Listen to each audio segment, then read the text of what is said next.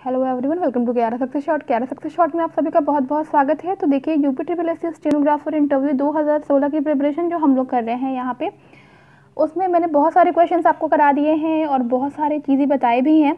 अभी मैं कुछ क्वेश्चंस के सेट लेकर के आई हूँ जो कि आपके प्रीवियस ईयर पे बेस्ड है। ठीक है, प्रीवियस ईयर में उस तरह के क्वेश्चंस पूछे गए थे, तो वो सेट्स भी मैं आपको यहाँ प्रोवाइड कराने वाली हूँ, ताकि जो है आप उसके बेस पे भी अपनी तैयारी को और अच्छा जो है रूप दे पाएँ। तो चलिए हम लोग देख लेते हैं जल्दी से ये पूरा वीडियो। 3 सेट मैं यहाँ पे प्रोवाइड कराऊंगी आपको, तो आप देख लेना। तो सबसे पहले, जैसा मैंने आपको बताया है कि जब भी आप इंटरव्यू देने जाते हैं तो आपसे पहले आपके बारे में ही पूछ लिया जाता है कि अपना इंट्रोडक्शन दीजिए। ठीक है, अपने बारे में बताइए, और इंट्रोडक्शन कैसे देते हैं इसके बारे में मैंने एक वीडियो बना रखा है और वो आपको मेरी प्लेलिस्ट में मिल जाएगा। उसके बाद से पहला क्वेश्चन तो आपका हो गया अपने बारे में बताएं। फिर देखिए, सेकंड क्वेश्चन है हजरतगंज चौराहे का नाम बदलकर क्या रखा गया है।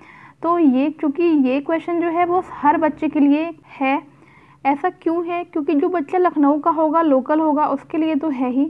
ठीक है, लेकिन जो बच्चे बाहर के होंगे उनके लिए भी ये ज़रूरी है, बिकॉज आपका इंटरव्यू तो लखनऊ में ही होता है, तो लखनऊ के विषय में सभी लोग पढ़ के जाएँ। ठीक है, हजरतगंज चौराहे का नाम बदलकर क्या रखा गया है, जहाँ पे मैंने पढ़ाया है कि परिवर्तित नाम वहाँ पे मिल जाएगा। ठीक है, लखनऊ में क्या प्रसिद्ध है, तो लखनऊ में क्या प्रसिद्ध है इसको आपको बताना है। ठीक है ना। नेक्स्ट है स्नातक के विषय के बारे में बताइए। तो स्नातक के विषय के बारे में अच्छे से पढ़ के जाइएगा। स्नातक में आपने कौन कौन से विषय लिए थे, थर्ड ईयर में आपने किस विषय को छोड़ा था, ये भी बता दीजिएगा। तो ये जिस कैंडिडेट का था उसने फिजिक्स केमिस्ट्री मैथ लिया हुआ था, तो मैंने यहाँ ब्रैकेट में PCM लिख दिया है।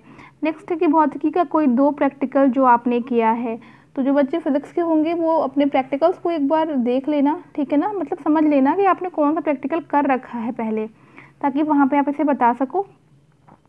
ओम का नियम क्या है, ठीक है, व्हाट इज ओम्स लॉ, ये पढ़ लेना। फिर न्यूटन लॉ बताइए। मैंने बहुत सारे क्वेश्चंस आपको दिए हुए हैं, लेकिन उसमें से कुछ ये सेट्स मैं आपको प्रोवाइड करा रही हूँ। न्यूटन लॉ बताइए, सदिश और अदिश राशि बताइए, और स्पेशली सदिश और अदिश राशि में जब डेफिनेशन बताना तो एग्जाम्पल भी साथ में मेंशन कर देना, ताकि सारी क्लियरिटी हो जाए। ठीक है, नेक्स्ट है यूपी के गवर्नर कौन है। तो यूपी के गवर्नर कौन है, फिर यूपी का राजकीय चिन्ह क्या है। अभी तक मैंने जितने भी क्वेश्चंस बताए हैं सब मैंने आपको जो है पहले ब्रीफली करा दिया है, तो परेशान नहीं होना। सारे वीडियोस पड़े हुए हैं, आप वहाँ से आराम से इसका आंसर देख सकते हो। मैं आंसर इसलिए नहीं बता रही हूँ बिकॉज मैंने सारे बताए हुए हैं। ठीक है, अब आप खुद से इसको देखना कि आपको कितने आते हैं इसमें से। मैंने यहाँ 3 सेट आपको रखे हैं आपके सामने, और आप मुझे कमेंट करके बताना कि आपको किस सेट में से कितने क्वेश्चंस आ रहे थे।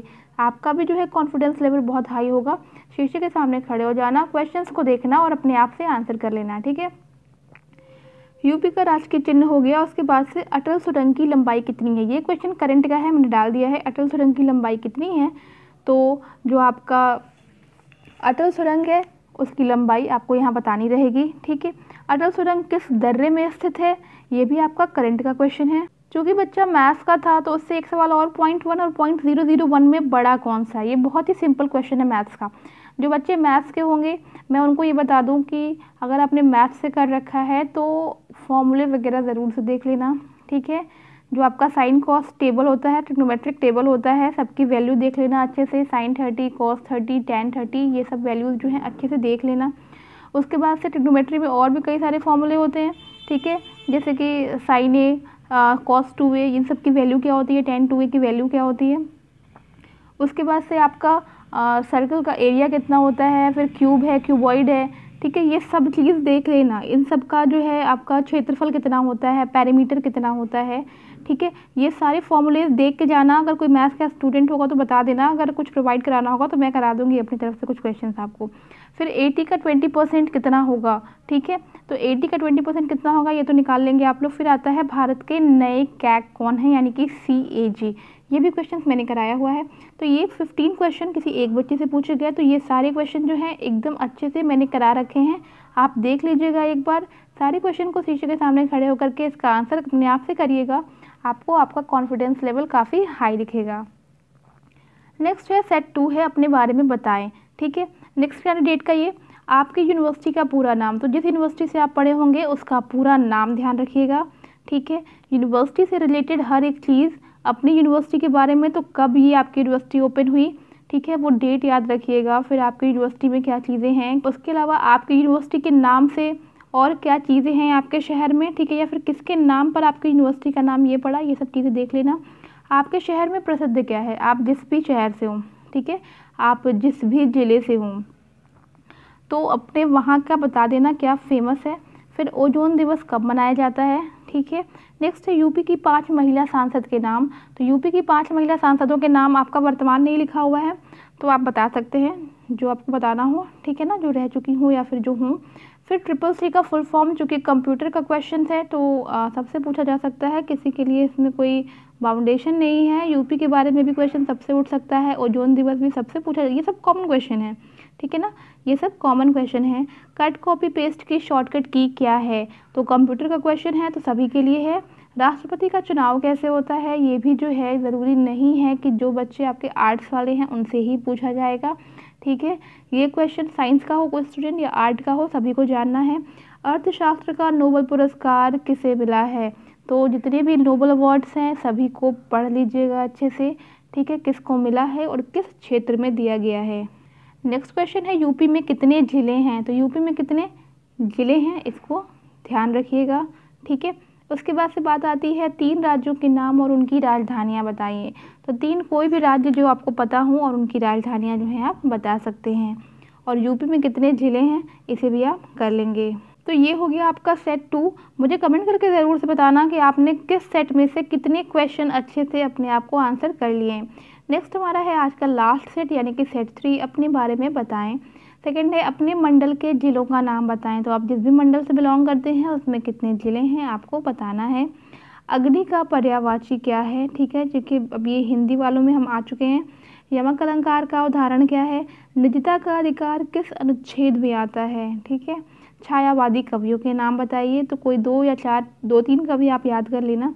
प्रविशेषण क्या होता है। उत्तर प्रदेश के उप मुख्यमंत्री का नाम, मुख्यमंत्री का नाम तो आप याद करके जाएंगे ही, मैंने आपको बता रखा है कि आप यूपी कैबिनेट पढ़ लीजिएगा, ठीक है। नेक्स्ट है हमारा उड़ीसा, झारखंड और छत्तीसगढ़ की राजधानी। तो उड़ीसा, झारखंड और छत्तीसगढ़ की राजधानी आपको पता होनी चाहिए, ठीक है ना। उड़ीसा का भुवनेश्वर, झारखंड का रांची। और बात आती है छत्तीसगढ़ की, तो छत्तीसगढ़ का जो राजधानी होता है वो क्या होता है आप सभी को पता है, रायपुर है। लेकिन रायपुर का नाम चेंज करके जो है क्या हो गया है ये मैंने आपको बताया है। इसका आंसर आप कमेंट बॉक्स में ज़रूर से बताना। नेक्स्ट है हिंदी महीनों के नाम बताइए। तो हिंदी महीनों के नाम ज़रूरी नहीं है कि जिन बच्चों ने हिंदी पढ़ा है सिर्फ उनसे ही पूछा जाए। बहुत ही अच्छा क्वेश्चन है। आप देखते होंगे कि ये आपका जो रिटन एग्ज़ाम होता है उसमें भी पूछ लिया जाता है कि हिंदी महीनों के प्रथम माह का नाम बताइए। तो हिंदी महीनों के नाम आप सभी लोगों के लिए एक कॉमन सा क्वेश्चन है, सभी लोग इसको देख लेंगे। गेटवे ऑफ इंडिया कहाँ है, देखना गेटवे ऑफ इंडिया और इंडिया गेट दोनों में बहुत कंफ्यूजन होता है, तो ध्यान रखना, ठीक है। गेटवे ऑफ इंडिया मुंबई और इंडिया गेट आपका न्यू दिल्ली। नेक्स्ट है आपका जीएसटी क्या है। तो जीएसटी के विषय में सब चीज़ रखना, याद रखना, ध्यान रखना। भक्ति काल के 2 कवियों के नाम बताने होंगे। फिर URL का फुल फॉर्म क्या होता है, कंप्यूटर से संबंधित है ये। UPSSC का फुल फॉर्म, जिसका मैंने यहाँ पे देखो अच्छा UPSSE लिख दिया है, तो इस चीज़ को ध्यान देना, मैं यहाँ पे अभी कर दे रही हूँ इसे। ये आपका है UPSSC, ठीक है ना। ये S जो है वो 3 टाइम होगा, मैंने यहाँ पे देखो गलती से लिख दिया है, यहाँ पे एक S और होगा, ठीक है। UPSSC का फुल फॉर्म क्या है। यूपी में कितने मंडल हैं। अपनी यूनिवर्सिटी के कुलपति का नाम बताएं। तो ये इतने क्वेश्चंस जो हैं ये किसी तीसरे बच्चे से पूछे गए थे, जो कि ये 3rd सेट मैंने बना के दिया है। तो अपनी यूनिवर्सिटी के कुलपति का नाम भी आप ध्यान में रखिएगा, ठीक है। तो ये कुछ क्वेश्चंस के सेट मैंने आपको प्रोवाइड करा दिए हैं कि किस तरह से क्वेश्चन पूछे जाते हैं। ज़रूरी नहीं है कि 10 ही पूछे जाएँ, ज़रूरी नहीं है कि 15 ही पूछे जाएँ, हो सकता है 20-25 भी बोल दें। आप लगातार आंसर देते जाओगे तो उनका पूछना भी ख़त्म नहीं होगा, तो डिपेंड करता है। और कोई दिक्कत वाली बात नहीं है, एक ही तरह की चीज़ों से कई सारे क्वेश्चंस निकल जाते हैं। जैसे मान लीजिए उन्होंने आपसे अटल टनल के बारे में पूछना शुरू किया, तो उसके बारे में फिर लगातार वो कई सारे क्वेश्चन पूछ सकते हैं कि ऊंचाई कितनी है, किस दर्रे में है ये, और फिर किसको किसको जोड़ता है ये, ठीक है, पहले इसका नाम क्या था। तो अटल टनल से ही आपके 5 से 6 क्वेश्चन हो गए, ठीक है। अब एक टॉपिक से पूछे चले जा रहे हैं तो ये आप तुरंत उसका आंसर देते चले जाओगे, तो फिर ये जो है आपके क्वेश्चन जो है वो बढ़ते जाते हैं, तो उससे घबराना नहीं है, ठीक है। आप इसी हिसाब से अपनी तैयारी शुरू कर दीजिए और इसी हिसाब से अपनी तैयारी आप अच्छे से करते रहिए। तो आई होप गाइस कि आपको वीडियो पसंद आया होगा। वीडियो पसंद आया होगा तो वीडियो को लाइक शेयर कर देना और मेरे चैनल को सब्सक्राइब कर लेना। तो मिलते हैं अपने नेक्स्ट वीडियो में कुछ और इंटरेस्टिंग टॉपिक्स के साथ, कुछ और आपके लिए बेनिफिशियल क्वेश्चंस के साथ। Till then take care and bye bye.